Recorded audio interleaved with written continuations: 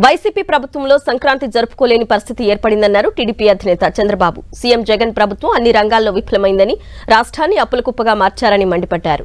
తాము అధికారంలోకి రాగానే నిరుద్యోగులకు ఉద్యోగాలు కల్పిస్తామన్నారు. ఒక పక్క ఈ ప్రభుత్వం రద్దుల ప్రభుత్వం, పేదవాళ్ల వ్యతిరేక ప్రభుత్వం.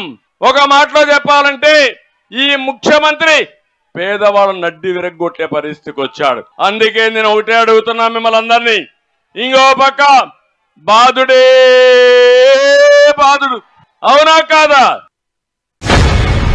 ఆడపిల్లల మంగళ సూత్రాలు తెంపే దుర్మార్గుడు ఈ జగన్మోహన్ రెడ్డి అని చెప్పి నేను మీకు తెలియజేస్తున్నా. మీ ఆరోగ్యంతో ఆడుకుంటున్నాడు, మీ జీవితాలతో ఆడుకుంటున్నాడు, మిమ్మల్ని ఆర్థికంగా చితగొడుతున్నాడు. మళ్ళీ చెప్పిన తప్పు చెప్పకుండా చెప్తున్నాడు. ఇప్పుడు ఏమంటున్నాడు? మీకు ఎన్నికల ముందు వచ్చినప్పుడు చెప్పాడు, జ్ఞాపకం ఉందా మీకు? మద్యపాన నిషేధం పెడతా అన్నాడా లేదా? నేను మద్యపాన నిషేధం చేయకపోతే మీ ఓటు అడగని చెప్పాడా లేదా? ఇప్పుడు ఆ మాట ఎత్తున్నాడా? యువ గళం కింద ప్రతి ఒక్క నిరుద్యోగిని, చదువుకునే పిల్లల్ని పూర్తిగా ఆదుకునే బాధ్యత తెలుగుదేశం పార్టీ జనసేనది. 3000 రూపాయలు నిరుద్యోగ భృతి ఇస్తాం తమ్ముళ్ళు. మన ప్రభుత్వం వస్తానే యువతకు 3000 రూపాయలు ఇస్తాం. అమ్మా నాన్న పైన ఆధారపడాల్సిన అవసరం లే, నేనే అండగా ఉంటా మీకు. ఇంకో పక్క సంవత్సరానికి 4 లక్షలు, 5 ఏళ్లలో 20 లక్షల ఉద్యోగాలు ఇప్పించే బాధ్యత తెలుగుదేశం పార్టీ తీసుకుంటాం.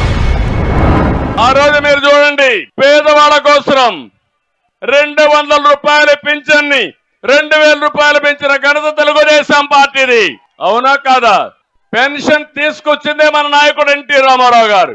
ఆ తర్వాత నేను 200 రూపాయలు ఉంటే ఒకేసారి 1000 రూపాయలు చేశా, దాన్ని మళ్ళా 2000 చేశా. జై హో బీసీ. మళ్ళీ బీసీల రాజ్యం వస్తుంది, తెలుగుదేశం వస్తుంది, జనసేన ఉంటుంది. కలిసి ఈ బీసీలను అన్ని విధాలు ఆదుకునే బాధ్యత మేము తీసుకుంటామని ఈ సభా సందర్భంగా మీకు తెలియజేస్తున్నా.